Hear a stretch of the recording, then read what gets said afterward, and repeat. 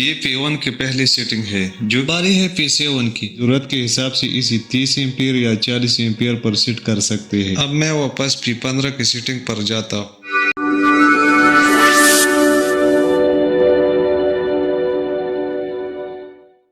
السلام علیکم دوستو، آج کی اس ویڈیو میں ہم بات کریں گے اس وولٹیج پروٹیکٹر کے بارے میں جو آپ کے گھر کے قیمتی سامان کو وولٹیج کے اتار چڑھاؤ سے محفوظ رکھتا ہے۔ اس کی تمام سیٹنگز، کنیکشن اور استعمال کا مکمل طریقہ جاننے کے لیے ویڈیو کو آخر تک دیکھیے تاکہ آپ بھی اپنے گھر کو محفوظ بنا سکیں۔ یہ اس کا سیٹ بٹن ہے جسے دباتے ہی ہم ڈیوائس کی مینو سیٹنگ میں داخل ہو جاتے ہیں۔ ان دو بٹنوں کی مدد سے ہم سیٹنگ کو اپنی ضرورت کے مطابق کم یا زیادہ کر کے ایڈجسٹ کر سکتے ہیں، اور یہ اس کا پاور بٹن ہے جس کے ذریعے ہم پوری ڈیوائس کو آن یا آف کر کے بجلی کی سپلائی کو کنٹرول کرتے ہیں۔ یہ پہلا انڈیکیٹر ہائی وولٹیج کے لیے ہے جو بجلی زیادہ ہونے پر ہمیں خبردار کرتا ہے۔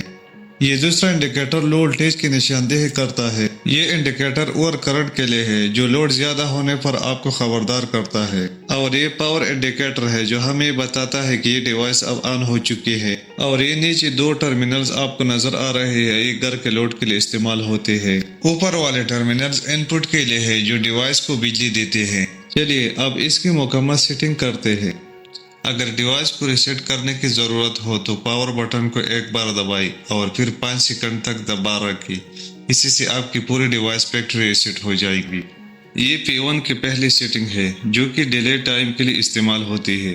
اس کا مطلب یہ ہے کہ جب بجلی جا کر دوبارہ آ جائے یا وولٹیج میں کوئی مسئلہ آنے پر ڈیوائس بند ہو جائے تو یہ فوراً کرنٹ نہیں چھوڑیں گی۔ آپ اپنی مرضی سے اس میں 5 یا 15-20 سیکنڈ کا ٹائم لگا سکتے ہیں۔ میں نے فی الحال اسے 10 سیکنڈ پر سیٹ کیا ہے۔ اب بات کرتے ہیں P2 سیٹنگ کی جو کہ لو وولٹیج ریکوری کے لیے ہے، یعنی اگر بجلی کم ہونے کی وجہ سے ڈیوائس بند ہو جائے تو دوبارہ وولٹیج ٹھیک ہونے کے بعد یہ کتنی دیر میں آن ہوں گی۔ میں نے اسے 20 سیکنڈ پر سیٹ کیا ہے تاکہ بجلی مستحکم ہونے کے بعد ہی سپلائی بحال ہو۔ اب میں نے P3 کی سیٹنگ کھول لی ہے جو کہ ہائی وولٹیج پروٹیکشن کے لیے ہے، تاکہ اگر بجلی مقررہ حد سے زیادہ آئے تو ڈیوائس سپلائی بند کر دے۔ اس لیے میں نے اسے 255 واٹ پر سیٹ کیا ہے، کیونکہ اگر وولٹیج 260 سے اوپر جائے تو یہ گھر کے سامان کو نقصان پہنچا سکتے ہیں۔ اب باری ہے P4 کی سیٹنگ۔ یہ ہائی وولٹیج ریکوری سیٹنگ ہے۔ میں نے اسے 250 واٹ پر رکھا ہے تاکہ جب بجلی 255 سے واپس کم ہو کر 250 پر آئے تب یہ ڈیوائس دوبارہ سپلائی شروع کرے۔ اب بات کرتے ہیں P5 کی جو لو وولٹیج پروٹیکشن کے لیے استعمال ہوتی ہے۔ اس کا مقصد یہ ہے کہ اگر بجلی ضرورت سے زیادہ کم ہو جائے تو یہ ڈیوائس سپلائی بند کر دے تاکہ سامان جلنے سے محفوظ رہے۔ میں نے اسے 160 واٹ پر رکھ دیا ہے جو کہ بالکل ٹھیک ہے۔ اب باری ہے P6 کی جو کہ لو وولٹیج ریکوری سیٹنگ ہے۔ اس کا مطلب یہ ہے کہ بجلی کم ہونے کے بعد جب دوبارہ بحال ہو تو یہ کتنے وولٹ پر پہنچ کر آن ہونی چاہیے۔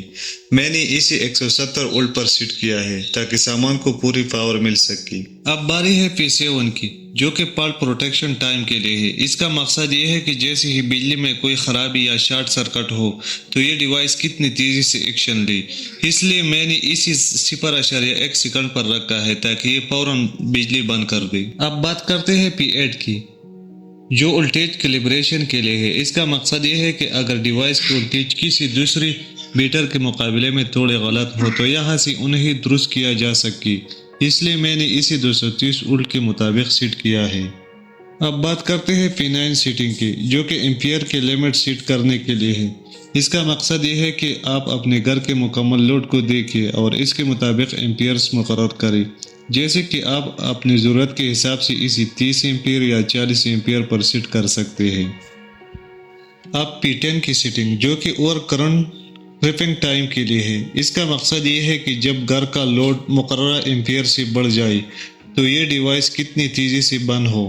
میں نے اسے 0.1 سیکنڈ پر رکھا ہے تاکہ اوور کرنٹ آتے ہی یہ فوراً ٹرپ ہو جائے۔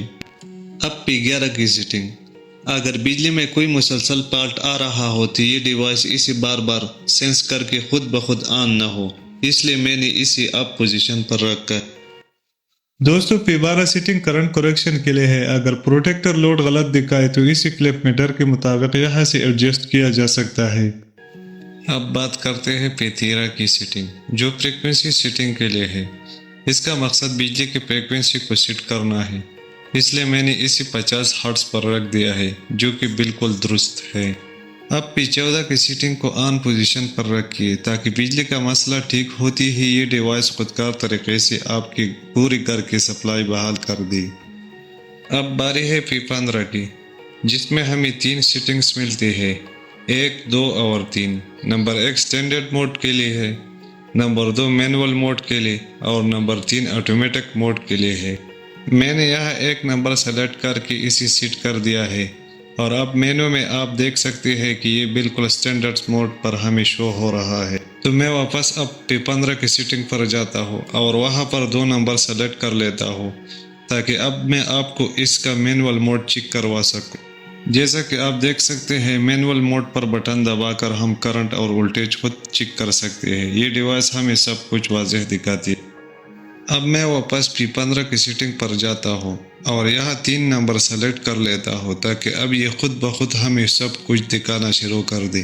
اب آپ دیکھ سکتے ہیں کہ یہ آٹو موڈ پر ہے اور ہمیں خود بخود وولٹیج اور ایمپیئر کی ساری تفصیل بتا رہا ہے۔ اب میں جاتا ہوں P16 کی سیٹنگ میں۔ یہ سیٹنگ دراصل آٹو ریسیٹ کے لیے استعمال ہوتی ہے، یعنی اگر کوئی فالٹ آئے تو یہ ڈیوائس اسے خود بخود کلیئر کر دے۔ میں نے اسے آن پوزیشن پر رکھ دیا ہے تاکہ یہ کسی بھی فالٹ کے بعد بغیر دیر کے دوبارہ اپنا کام شروع کر سکے۔ اب باری ہے P17 کی۔ اس کا مقصد یہ ہے کہ جب بجلی آئی یا ڈیوائس آن ہو تو اسکرین پر وہ سیکنڈز نظر آئی جو ہم نے P1 میں سیٹ کیے ہیں۔ اگر اسے آن رکھیں گے تو سیکنڈز چلیں گے اور آپ پر سیکنڈز نظر نہیں آئیں گے، بلکہ ڈیوائس ڈائریکٹ آن ہو جائیں گی۔ P18 سیٹنگ کو آف کرنے سے پروٹیکٹر کا ڈسپلے ہمیشہ آن رہتا ہے تاکہ آپ ہر وقت وولٹیج دیکھ سکیں۔ اب باری ہے P19 کی۔ یہ سیٹنگ پاسورڈ لاک کے لیے ہے۔ اس کا ڈیفالٹ پاسورڈ 112 ہے، لیکن اگر میں اسے 111 کر دوں تو سیٹنگز لاک ہو جاتی ہے۔ اس کے بعد اگر مینول جا کر کسی بھی ویلیو کو بدلنا چاہیں گے تو وہ کام نہیں کریں گے۔ اب میں واپس P19 میں 112 پاسورڈ لگاتا ہوں۔ دیکھیے تمام سیٹنگز آن لاک ہو گئی ہے اور اب میں انہیں اپنی مرضی سے تبدیل کر سکتا ہوں۔ امید ہے آپ کو یہ سیٹنگز سمجھ آ گئی ہو۔ مزید